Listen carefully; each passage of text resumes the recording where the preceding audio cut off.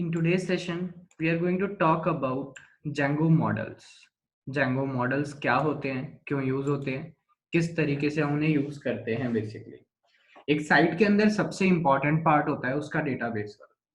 Database मतलब जितनी भी चीजें एक साइट पे आप विजिट करते हो, if you visit over there किसी भी वेबसाइट पे, if you visit over like let's say on my website, if you visit over there, if you go there and subscribe for something, अगर नीचे footer में से if you subscribe for something, तो your email address is getting stored somewhere.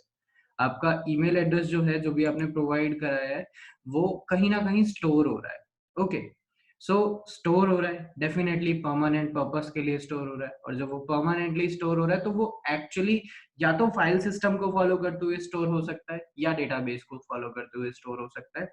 तो Django internally हमारे को खुद ब खुद पहले से ही बाय डिफॉल्ट जेंगो आपको एक डेटाबेस प्रोवाइड कराता है, जो कि है हमारा local database, SQLite database जिसे हम कहते हैं। हर प्रोजेक्ट के लिए जेंगो शुरू से खुद देता है। और सबसे बढ़िया बात ये है जेंगो में कि आपको डेटाबेस के साथ डील करने के लिए भी एसक्यूएल आनी कोई जरूरत नहीं है। जेंगो में आपको एसक्यूएल की एक क्वेरी भी नहीं लिखनी पड़ेगी डेटाबेस के साथ इंटरेक्शन करने में। तो जितना भी कोड हमारा डेटाबेस इंटरेक्शन का होता है, वो सारा का सारा कोड हम मॉडल्स में लिखते हैं।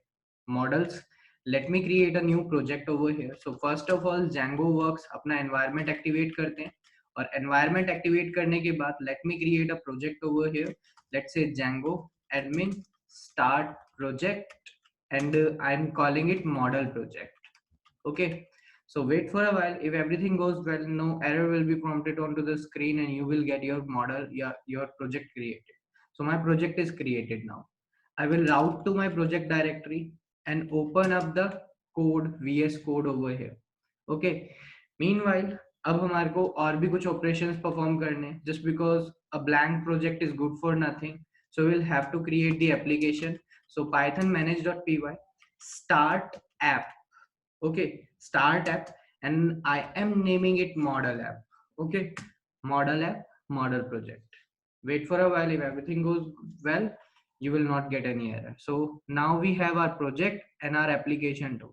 लेकिन सबसे पहला काम, before getting started with anything in Django, आप कुछ भी करने जा रहे हो जेंगो में, सबसे पहला काम what you need to do is after creating the application, register that application into the settings of the Django. Okay, so settings में इंस्टॉल्ड एप्स के अंदर यहाँ पर मैंने मॉडल ऐप को रजिस्टर कर दिया है यहाँ पर। Okay, so now Django will provide the support for this also. अभी तक हम जितनी भी बेसिकली कर रहे थे कोड, हम व्यूज में हमने कोड करा था, हमने टेम्पलेट्स बनाई थी, हमने अदर मॉड्यूल्स को टच नहीं करा था अभी तक, है ना। अब लेकिन we will start dealing with these other modules as well. हम इन अदर मॉड्यूल्स के साथ भी डील करना स्टार्ट करेंगे।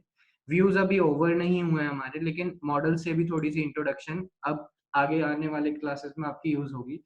तो ये रही हमारी मॉड्यूल जिसका नाम है मॉडल्स, जिसके अंदर डेटाबेस के रिगार्डिंग सारा का सारा कोड लिखा जाता है। और इसके अंदर एक मॉड्यूल सी ऑलरेडी इंपोर्टेड है, जेंगो डीबी में से इंपोर्ट कर रखा है यहाँ पर मॉडल्स। इस मॉडल्स के अंदर बहुत सारी क्लासेस बनी हुई है, उनमें से कुछ क्लासेस ही हैं जो आपको आपके डेटाबेस के अंदर टेबल बनाने में हेल्प करेगी। ओके, सो सी, अगर मेरे को मेरे डेटाबेस के अंदर एक टेबल क्रिएट करनी है थ्रू दी जेंगो, मेरे को एसक्यूएल कुछ नहीं लिखना, कोई सीक्वल क्वेरी वगैरह मेरे को राइट करने की जरूरत नहीं है। एंड सी ओवर हियर अभी हमारे पास माइग्रेशंस नाम से एक पैकेज तो है, लेकिन उस पैकेज के अंदर इनिट के अलावा और कुछ भी नहीं है। मतलब वो सिर्फ ब्लैंक पैकेज है, उसके अंदर और कुछ भी नहीं। सो मैं एक बेसिक सी टेबल बना रहा हूँ जिसमें सीरियल नंबर या आईडी होगी, नेम लिया जाएगा यूजर का, और उसकी ईमेल एड्रेस ली जाएगी। ये सिर्फ और सिर्फ दो तीन चीजें ही लेने के लिए मैं एक सिंपल सी टेबल बना रहा हूँ। लेकिन सिंस जेंगो के पास बेसिकली हमारा डेटाबेस का एपीआई अवेलेबल है, तो हमारे को कोई एसक्यूएल क्वेरी लिखने की जरूरत नहीं है, हमारे को पाइथन की क्लास बनानी पड़ेगी।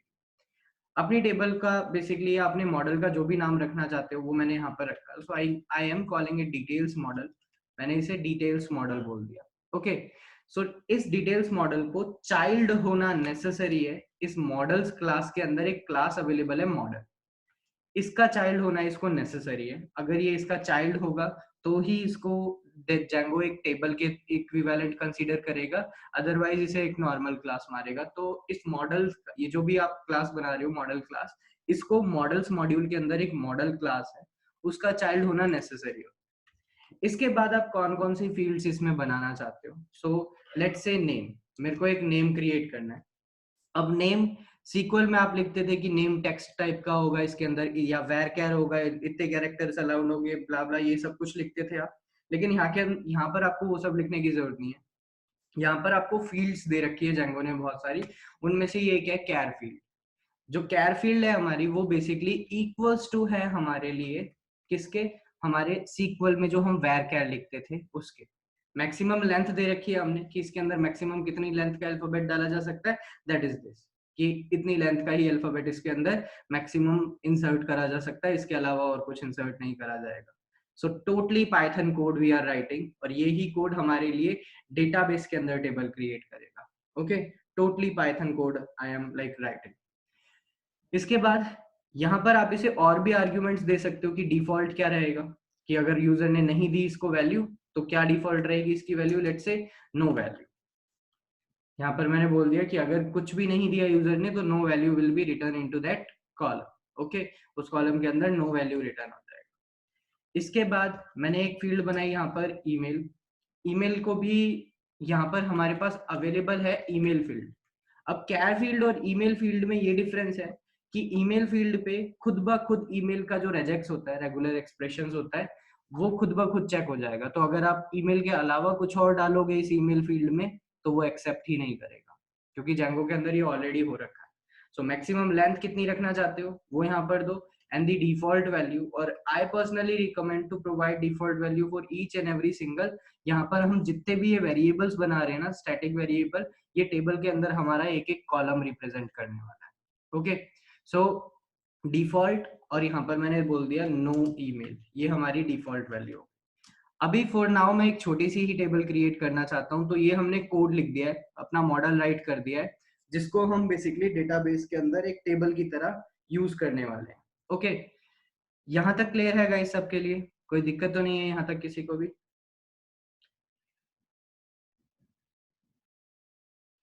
Yeah, so everyone is saying yes. So I think everything is clear till here. So आगे मूव करते हैं। मॉडल बना देना ही इनफ नहीं होता। जब आपने प्रोजेक्ट क्रिएट करा, सी ओवर हियर, यहाँ पर मैंने मॉडल प्रोजेक्ट नाम से बनाया, लेकिन यहाँ पर कोई डीबी फाइल है ही नहीं। जब और किसी प्रोजेक्ट को अगर मैं आपको खोल के दिखाता हूँ, लाइक जेंगो स्टैटिक फाइल, सी यहाँ पर एक डेटाबेस फाइल अवेलेबल है, ये रही हमारी वो डेटाबेस फाइल जिसका नाम है db.sqlite3। ठीक है, ये हमारी एक लोकल डेटाबेस फाइल है। लेकिन इस वाले प्रोजेक्ट के अंदर तो हमारी अभी तक कोई लोकल डेटाबेस फाइल बनी ही नहीं। तो वो फाइल तब बनती है या तो जब आप सर्वर को रन करते हो, या आप अपने जेंगो प्रोजेक्ट को या अपने जेंगो एडमिन मैनेजर को कहते हो कि टेबल्स क्रिएट करो हमारे लिए। अब लाइक टेबल्स क्रिएट करो, इसका मतलब क्या है?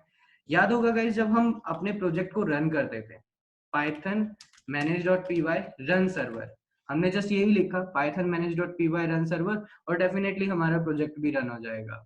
थोड़ी सी देर वेट करने के बाद हमारा प्रोजेक्ट रन हो चुका है, और अब यहाँ पर आकर देखोगे तो हमारी डेटाबेस फाइल भी आ चुकी है खुद ब खुद ही। ठीक है, जब भी सर्वर रन करते हैं या हम बेसिकली डेटाबेस के अंदर टेबल बनाने की कोशिश करते हैं तो वो फाइलें खुद क्रिएट हो जाती है। तो ये हमारी फाइल क्रिएट होकर हमारे को मिल चुकी है। अब याद होगा गाइज, मैंने स्टार्टिंग में ही आपको बताया था ये एक वार्निंग हमारे को दे रहा है। वार्निंग क्या है? You have 17 unapplied migrations, your project may not work properly until you apply them। सो ये हमारे को एक वार्निंग दे रहा है कि हमारे पास अनअप्लाइड माइग्रेशंस है। अब माइग्रेशंस क्या होता है वो हम अंडरस्टैंड करेंगे, लेकिन अनअप्लाइड हमारे पास एक वार्निंग आ रही है कि हमारे पास 17 अनअप्लाइड माइग्रेशंस है। अगर यहाँ पर आओ गाइस सेटिंग के अंदर, सी हमने अपना एक ऐप इसमें ऐड करा है, लेकिन इससे पहले भी इसमें काफी सारे ऐप ऐड हो रखे थे। जेंगो फुल्ली लोडेड आता है, तो ये जितनी भी एप्लीकेशन है, जैसे एडमिनिस्ट्रेशन की, ऑथेंटिकेशन की, कंटेंट टाइप्स की, सेशन मैनेजमेंट की, मैसेजेस मैनेजमेंट की, और स्टैटिक फाइल लोड फ्लो की, जितनी भी हमारी एप्लीकेशंस है, इनके लिए भी बेसिकली डेटाबेस के अंदर टेबल बनाने की जरूरत है। लेकिन अगर यहाँ पर आकर देखो तो आपके डेटाबेस का साइज क्या है, यहाँ पर 0 KB, यानी कि इस डेटाबेस के अंदर अभी कोई भी टेबल नहीं। तो अभी फिलहाल ये जो मेरे को एरर मिल रहा है, ये वार्निंग मिल रही है, वो वार्निंग मेरे को इसके रिगार्डिंग मिल रही है कि मेरी एप्लीकेशन जो है, जो कि एक एडमिन है, एक ऑथ है, एक कंटेंट टाइप है, एक सेशन है, इनकी माइग्रेशंस जो भी हैं, मतलब इनकी टेबल जो बननी है वो अभी तक बनाई नहीं गई है डेटाबेस के अंदर, इसीलिए हो सकता है कि आपका प्रोजेक्ट प्रॉपरली काम ना करे। ये हमारे को इसलिए वार्निंग मिल रही है कि इन एप्लीकेशन के लिए जो टेबल्स रिक्वायर्ड है वो अभी क्रिएट ही नहीं हुई है, तो उन्हें क्रिएट कर दो। अब उन्हें क्रिएट करने के लिए हमारे को करना क्या पड़ेगा, हमारे को थोड़ी सी कमांड्स एग्जीक्यूट करवानी पड़ेगी। तो हमारी पहली command, let me kill the server first, so control C, मैंने सर्वर किल कर दिया। इसके बाद जब आप अपना मॉडल लिख लो, हमने यहाँ पर अपना मॉडल लिख लिया, और मेक श्योर आपका एप्लीकेशन जिसमें मॉडल है वो रजिस्टर होना चाहिए सेटिंग्स के अंदर, मेक श्योर, ठीक है। हमने मॉडल लिख लिया है, सेटिंग्स में रजिस्टर्ड है। अब बेसिकली यहाँ पर जब हमने सर्वर रन करा तो इसने मेरे को काफी सारे एप्लीकेशन के लिए तो बोला कि इनकी माइग्रेशन बाकी है अभी, मतलब इनके लिए टेबल बनानी बाकी है, लेकिन इसने मेरी एप्लीकेशन का ना तो नाम ही नहीं लिया था। यहाँ पर सी इसने एडमिन बोला, ऑथ बोला, कंटेंट टाइप बोला, सेशन बोला, इसने मेरी एप्लीकेशन का तो नाम ही नहीं लिया मॉडल ऐप कि इसकी भी माइग्रेशन यानी कि इसकी भी टेबल बनानी बाकी। माइग्रेशन कुछ नहीं होती है गाइस, बस ऐसा पाइथन का कोड जिसे हम एसक्यूएल के अंदर कन्वर्ट कर सके, ऐसा कोड हमारा माइग्रेशन कहलाता है, ठीक है। सो यहाँ पर इसने मेरे प्रोजेक्ट मतलब मेरी एप्लीकेशन के रिगार्डिंग माइग्रेशंस को तो देखा ही नहीं। क्यों नहीं देखा, क्योंकि उसके रिगार्डिंग माइग्रेशंस अभी अवेलेबल है ही नहीं। जितनी भी माइग्रेशंस बनाते हैं हम, वो हमारी इस माइग्रेशंस वाले पैकेज के अंदर आती है, और यहाँ पर कोई भी अभी माइग्रेशन वाला मॉड्यूल ही नहीं बना है, खुद ब खुद बनते हैं वो मॉड्यूल, हम कमांड एग्जीक्यूट करवाते हैं। सो पहली कमांड है हमारी पाइथन manage.py मेक माइग्रेशंस। ये कमांड करती क्या है, आपने इंस्टॉल्ड एप्स, यहाँ पर सेटिंग्स के अंदर इंस्टॉल्ड एप्स में जितने भी यहाँ पर मॉड्यूल्स हैं, ये एप्लीकेशंस है, उन सबके मॉडल्स वाले मॉड्यूल में जाएगा ये, और जाकर देखेगा कि क्या कोई नई क्लास बनी है। अगर कोई नई क्लास बनी है उसके अंदर, तो वो इसका, ये जो हमने लिखा अभी ये पाइथन का कोड है, लेकिन ये डेटाबेस में कन्वर्टेबल नहीं है, ठीक है।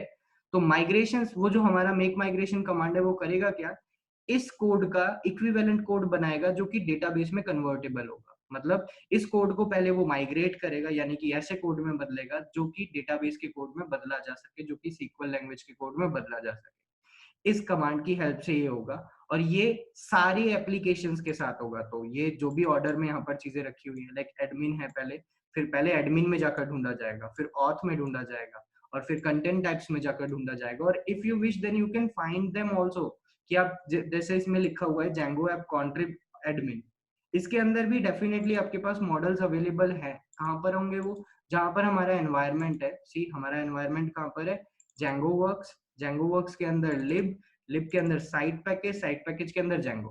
अब Django के अंदर कॉन्ट्रिब के अंदर एडमिन ये रहा, ऑथ ये रहा, कंटेंट टाइप ये रहा, सेशन भी है यहाँ पर, मतलब वो सारी चीजें यहाँ पर अवेलेबल है।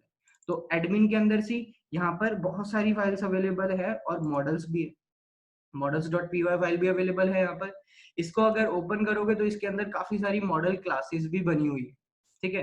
तो अब सबसे पहले क्या करा जाएगा, इसका इक्विवेलेंट कोड बनाया जाएगा जो कि डेटाबेस के उसमें कन्वर्टिबल हो, ठीक है। लेकिन इसके लिए ना कन्वर्जन ऑलरेडी हो रखा है, तो माइग्रेशंस वाले फोल्डर में से यहाँ पर ज्यादा फाइल्स अवेलेबल है, सिर्फ इनिट नहीं है। हमारी एप्लीकेशन में सिर्फ इनिट थी, लेकिन यहाँ पर सी 0001 इनिशियल है, 0002 हमारे पास, 0003, मतलब बहुत सारे मॉड्यूल्स ऑलरेडी है। तो यानी कि इस एडमिन की माइग्रेशंस ऑलरेडी बनी हुई है। लेकिन मेक माइग्रेशन से होगा क्या, हमारी एप्लीकेशन के लिए वो माइग्रेशन क्रिएट करेगा, क्योंकि उनकी तो बनी हुई है ऑलरेडी, लेकिन हमारी की माइग्रेशंस के अंदर आकर देखोगे तो सिर्फ और सिर्फ इनिट है और कुछ भी नहीं। सो ये कमांड एग्जीक्यूट करवाई हमने, और इस कमांड को एग्जीक्यूट करवाने के बाद सी वेट करो, इसने खुद बता दिया देखो कि क्या करा है हमने, एक मॉडल क्रिएट करा है, जिस मॉडल का नाम क्या है, डिटेल्स मॉडल। कहाँ पर गया है इसका कन्वर्टेबल कोड, मॉडल ऐप के अंदर माइग्रेशंस के अंदर 0001 इनिशियल्स डॉट पी वाई के अंदर गया। सो अगर आप चाहो तो वहां पर जाकर उस कोड को आप देख भी सकते हो, और अगर चाहो तो कुछ चेंजेस भी कर सकते हो। तो ये वो एक्चुअल कोड है जो डेटाबेस के अंदर कन्वर्ट होता है। हमने ये लिखा, Django ने हमारे लिए उसे इसमें कन्वर्ट करा, फिर अब मैं एक कमांड और एग्जीक्यूट करवाऊंगा, और ये सारा कोड भी हमारा सीक्वल में कन्वर्ट होके एग्जीक्यूट भी हो जाएगा हमारे जाकर सीधा डेटाबेस में। सो सी हमारे पास माइग्रेशंस, इनिशियल ट्रू, डिपेंडेंसीज इसकी कुछ है, और फिर यहाँ पर मॉडल का नाम क्या है, और ये रही फील्ड्स। सी Django जो है ना, हमारे लिए प्राइमरी की खुद ब खुद ऐड कर देता है। अगर आपने नहीं करी होती है तो हमारे लिए प्राइमरी की खुद ऐड कर देता है। तो इसमें 3 फील्ड आई, जबकि मैंने यहाँ पर मॉडल्स में कितनी बनाई, 2, नेम और ईमेल। लेकिन ओवर हियर सी यहाँ पर हमारे पास 3 फील्ड्स अवेलेबल, हमारे पास यहाँ पर 3 फील्ड्स अवेलेबल है और तीनों फील्ड्स में देखो पहली फील्ड है हमारी आईडी जो कि ऑटोमेटिकली ऐड करी है जेंगो ने, हमने नहीं करी। ये प्राइमरी की तरह बिहेव करेगी एक टेबल के अंदर, ठीक है। इसके बाद अब हमारे पास अवेलेबल है नेम जो कि इनिशियल डॉट पीवाई में ऑटोमेटिक आता है क्या? या ये इस कमांड को एग्जीक्यूट करवाने के बाद आ जाएगा खुद ब खुद।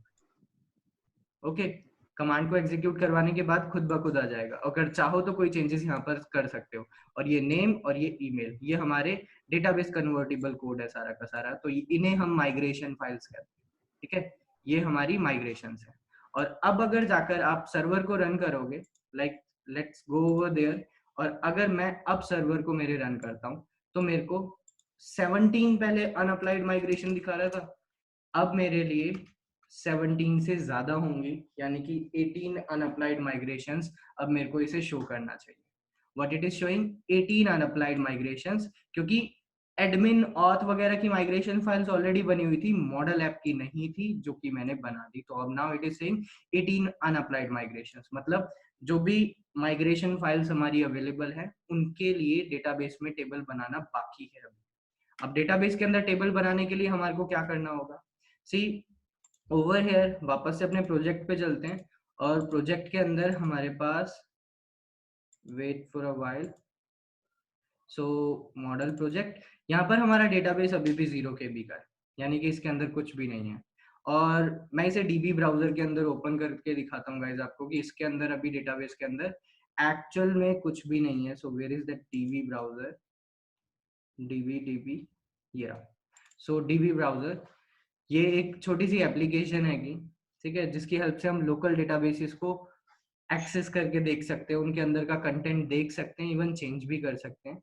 सो मैं फाइल पर गया, ओपन डेटाबेस, और हमारे प्रोजेक्ट वाला जो डेटाबेस है जो कि अवेलेबल है वो ई ड्राइव के अंदर हमारे पास Django नेम से फोल्डर है, and over the model project ये रहा db.sqlite3। See how many tables आ रहे हैं, 0 टेबल्स आ रहे हैं।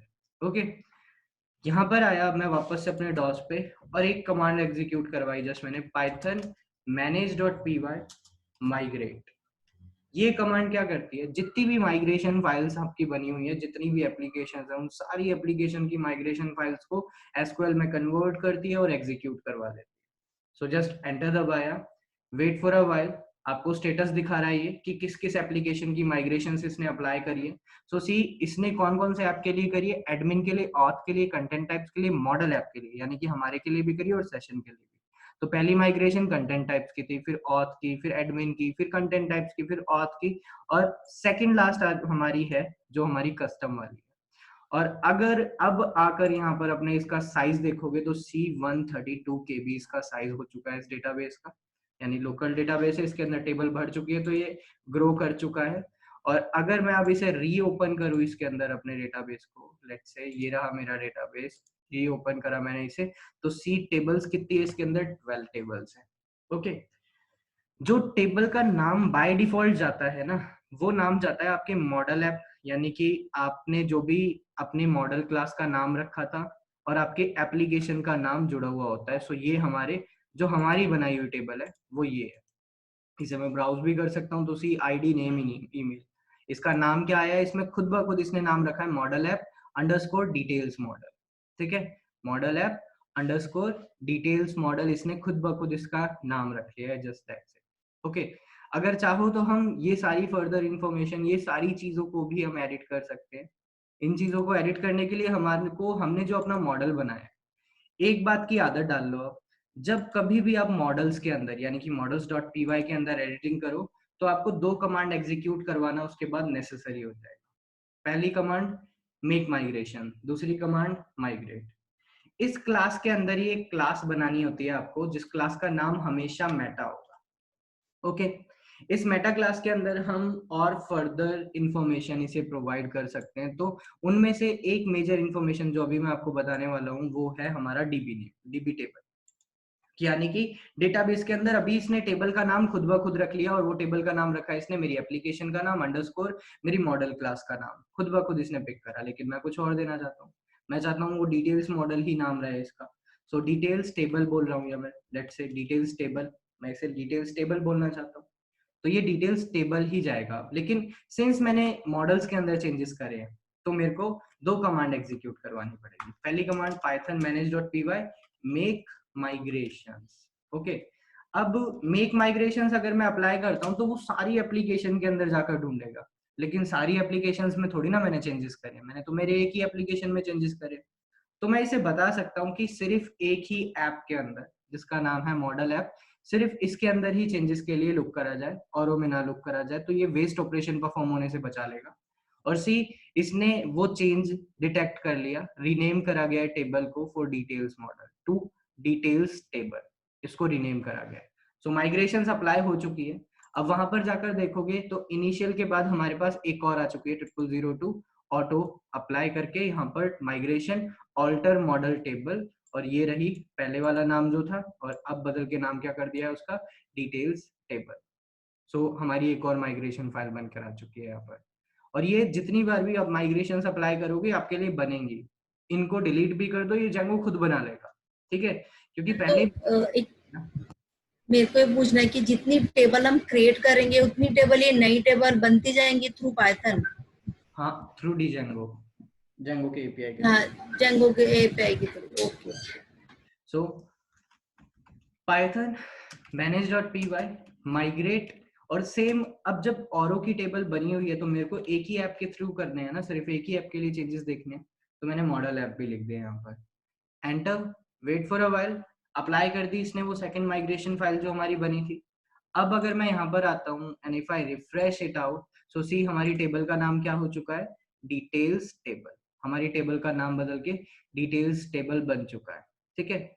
Not for creating the table, अभी तक हमने एसक्यूएल की एक सिंगल क्वेरी भी लिखी नहीं लिखी, लेकिन हमारी डेटाबेस के अंदर टेबल भी बन गई है।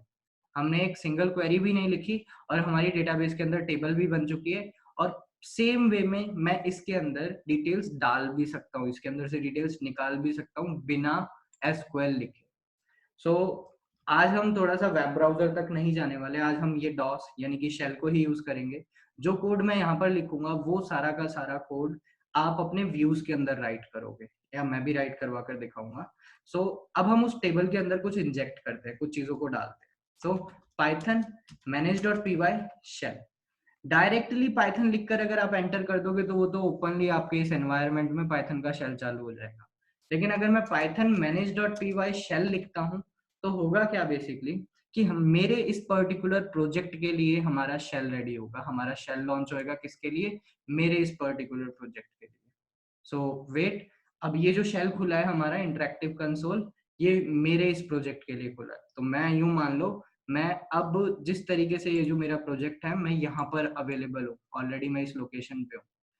अब अगर मेरे को इसके अंदर कुछ भी ऐड करना है टेबल के अंदर, तो वो टेबल मैंने बनाई कहाँ पर थी, मैंने बोला फ्रॉम मॉडल ऐप, ये एक पैकेज है, उसके अंदर मॉडल्स नाम से एक मॉड्यूल है, उसमें से मेरे को इंपोर्ट करना है जिसका नाम क्या है, डिटेल्स मॉडल। ये नाम था उसका, डिटेल्स मॉडल, ये रहा हमारे मॉडल का नाम, सी डिटेल्स मॉडल। इस क्लास को इंपोर्ट करना है हमारे को, तो मैंने उस क्लास को इंपोर्ट कर लिया, ठीक है। फिर क्लास का ऑब्जेक्ट कैसे बनाते थे हम पाइथन के अंदर, कुछ इस तरीके से, ऑब्जेक्ट इक्वल्स टू जो भी क्लास का नाम है, हमारी डिटेल्स मॉडल हमारी क्लास का नाम है, एंड दिस, इसी के अंदर आपको डिटेल्स प्रोवाइड करानी है। Let's say name is going to be Krishna, let's say email जो हमारी सेकंड फील्ड है, जो हमने वहां पर फील्डों के नाम दिए थे वही हमारे को यहाँ पर देना पड़ेगा। So let's say email is going to be equals to what, so email is going to be krishna@gmail.com and enter दबा दिया। रिमेंबर गाइस, डेटाबेस के अंदर जब हम कभी भी क्रिएट अपडेट या डिलीट ऑपरेशन परफॉर्म करते थे तो हमारे को कमिट कॉल करना पड़ता था। इसके अंदर हमारे को ऑब्जेक्ट जो है आपने बनाया है, जो हमारा ओबीजे है, अभी क्योंकि आपकी डेटाबेस के अंदर टेबल में कोई भी डिटेल नहीं मिलेगी, आपको इस पे कमिट तो नहीं कॉल करोगे, लेकिन ऑब्जेक्ट डॉट सेव कॉल करना पड़ेगा। अब आपकी डिटेल्स जो है वो डेटाबेस में रिफ्लेक्ट हो जाएंगी, जाकर रिफ्रेश करो तो हमारे लिए सी पहला रिकॉर्ड आ चुका है। और हमने जरा सा भी बेसिकली यूज नहीं करा है किसको, एसक्यूएल को। ओके, तो एक तो ये वे आपके पास अवेलेबल है इसको क्रिएट करने का, मतलब इसमें एंट्री डालने का। अगर आप एक सिंगल स्टेटमेंट से ही डिटेल्स मतलब डाल देना चाहते हो तो let's say details model dot objects dot create, ये एक मेथड है। ओके, डिटेल्स मॉडल हमारी क्लास का नाम, डॉट ऑब्जेक्ट्स, उसके अंदर डॉट क्रिएट एक मेथड है। इसके अंदर जो आपको डिटेल्स देनी है, let's say name I gave Rama and email जो फील्ड हमने रखी थी, और आईडी हमारे को देने की जरूरत नहीं क्योंकि वो ऑटो इंक्रीमेंट है, प्राइमरी की है, तो वो खुद ब खुद यूज में आ जाने वाली है। सो ईमेल दे दिया मैंने, email is going to be rama@gmail.com and then enter दबाया। सो सी हमारे को इसने एक नया ऑब्जेक्ट बनाकर रिटर्न करा और हमारे को कोई सेव कॉल करने की जरूरत नहीं है। अब हमारे लिए ये सारा का सारा कुछ यहाँ पर रिफ्लेक्ट होगा। तो कृष्णा रामायण और सारी इंफॉर्मेशन डायरेक्टली हमारी यहाँ पर आ रही है। ओके, अगर आप चाहो तो ये सब कुछ अगर रीड करना चाहो, ये सारा डेटा आपको अगर रीड करना है तो आप इस तरीके से रीड कर सकते हो। आपकी क्लास का नाम क्या है? Details dot objects dot all. ये सेम उस क्वेरी की तरह है, select star from particular table, ये उस क्वेरी की तरह है बिल्कुल। एंटर दबाऊंगा। So sorry, details model, it is details model, it is details model actually. So मैं मॉडल लिखना भूल गया था एंड एंटर दबाया। That's it, that's fine. अब मैंने यहाँ पर डेटा को बेसिकली खोल के देखा तो यहाँ पर सी एक लिस्ट मिली है। उस लिस्ट के अंदर हमारे पास दो क्लासेस के ऑब्जेक्ट्स हैं, एक ही क्लास के दो ऑब्जेक्ट्स है, एक डिटेल्स मॉडल है और वहां पर लिखा क्या आ रहा है? Details model object 1। फिर हमारा दूसरा है तो डिटेल्स ऑब्जेक्ट मॉडल 2, मतलब ऑब्जेक्ट 2। दोनों ऑब्जेक्ट हमारे को मिल चुके हैं। अगर मैं चाहूँ तो अगर मैंने बोला डेटा का 0th एलिमेंट यानी कि पहला ऑब्जेक्ट, उसका नेम जानना है मेरे को, तो डॉट नेम में एक्सेस करूंगा, मेरे को नेम मिल जाएगा। उसका ईमेल जानना है मेरे को तो मैं डॉट ईमेल एक्सेस करूंगा और मेरे को उसका ईमेल मिल जाएगा। ठीक है, लेकिन यहाँ पर ये ऑब्जेक्ट शो कर रहा है, यहाँ पर ये क्या शो कर रहा है? Object 1, object that. अगर आप चाहो तो इसे भी कस्टमाइज कर सकते हो कि यहाँ पर ये इस तरीके से डिटेल्स को शो ना करे, ये डिटेल्स को कुछ अलग तरीके से शो करे। तो इस क्लास के अंदर हमारे को बस एक मेथड इंप्लीमेंट करना होता है, जो मेथड है हमारा डेफ, और आपको पता भी है इस मेथड के बारे में, str मेथड। str मेथड के थ्रू आप बता दो कि जब भी इस ऑब्जेक्ट को डायरेक्ट प्रिंट करा जाए तो वो क्या रिटर्न करे? उसका नाम बोल दिया, तो मैंने इसने नेम वाली फील्ड बोल दी है। अब अगर मैं यहाँ पर आऊंगा, डिटेल्स हमारी परमानेंटली स्टोर हुई है, मैं शेल को क्विट करता हूँ। ठीक है, शेल क्विट करा, स्क्रीन क्लियर करी और वापस से मैंने पाइथन manage.py शेल लॉन्च कर दिया और हमारा शेल लॉन्च हो भी जाएगा, थोड़ी सी देर लगेगी, शेल हमारा लॉन्च भी हो गया। ठीक है, अब ये शेल जब हमारा लॉन्च हो चुका है, मैंने यहाँ पर लिखा from model app dot models, जो मॉड्यूल है उसके अंदर, उसमें से इंपोर्ट करा मैंने डिटेल्स मॉडल को, सॉरी डिटेल्स मॉडल को मैंने इंपोर्ट कर लिया और वो आ भी गया। इसके बाद data equals to details model dot all, objects dot all, sorry dot objects dot all. हमारे को सारे ऑब्जेक्ट फिर भी मिल गए, लेकिन see this time what kind of result we are getting कि डिटेल मॉडल का एक ऑब्जेक्ट है जिसमें नेम कृष्णा है, डिटेल मॉडल का एक ऑब्जेक्ट है जिसमें नेम रामा है। सो अब हमारे लिए चीजें और भी ज्यादा अंडरस्टैंडेबल बनती चली जा रही है धीरे धीरे। Okay, so things are getting much much much understandable. अगर इसके अंदर आपको चेंजेस भी करने हो तो वो भी बहुत ज्यादा सिंपल है। अगर आपको इसके अंदर चेंजेस करने हैं, लेट्स से मेरे को क्या करना है, बेसिकली डेटा इसका 0th एलिमेंट एक्सेस करा क्योंकि ये एक लिस्ट लाइक ऑब्जेक्ट है, तो 0th एलिमेंट से हमारे को क्या मिला? हमारा कृष्णा ऑब्जेक्ट। सो कृष्णा डॉट नेम कहूंगा तो मेरे को नेम मिलेगा, कृष्णा डॉट ईमेल कहूंगा तो मेरे को ईमेल मिलेगा। सपोज मेरे को नेम चेंज करना है तो Krishna dot name equals to, मैंने चेंज करके समथिंग एल्स रख दिया एंड एंटर। फिर जस्ट कृष्णा डॉट सेव, ये अपडेट ऑपरेशन परफॉर्म करा है मैंने। ठीक है, फिर जस्ट हमने क्या कहा, कृष्णा डॉट सेव। अब वापस यहाँ पर आकर देखोगे तो सी रिफ्रेश करते हैं टेबल को हमारी, तो वो नेम यहाँ पर रिप्लेस भी हो चुका है। सो अपडेट ऑपरेशन भी जेंगो के थ्रू बहुत ज्यादा बहुत ज्यादा इजी है। मतलब हम सिर्फ पाइथन का कोड लिख रहे हैं और वो सारी इंटरेक्शन हमारे लिए डेटाबेस के साथ कर रहा है। हम सिर्फ और सिर्फ पाइथन का कोड लिख रहे हैं। ओके, और वो हमारे लिए पूरी इंटरेक्शन हमारे लिए परफॉर्म करेगा इसके साथ। अगर मैं डिलीट करना चाहता हूँ तो अगर आप कृष्णा पे dir परफॉर्म करोगे ना तो आपको इसके अंदर बहुत सारे मेथड्स मिलेंगे, उनमें से एक मेथड होगा डिलीट भी। तो if you find over here, so definitely यहीं पे कहीं पे डिलीट भी अवेलेबल होगा, तो ढूंढना पड़ेगा बस थोड़ा सा, लेकिन मैं आपको डायरेक्टली कॉल करके दिखाता हूँ। ओके, सो ये रहा वो वैसे मेथड डिलीट। अगर आप डिलीट करना चाहते हो तो this is how you can do it. So I said Krishna dot delete और डिलीट एंटर। सो इसने बोल दिया ये मॉडल डिलीट हो चुका है। मॉडल डिलीट हो चुका है, यहाँ पर चलते हैं, रिफ्रेश करके देखा, we don't have that thing available in this table now. अब हमारे पास ये अवेलेबल ही नहीं है इस टेबल में। Is this understood to all of you guys?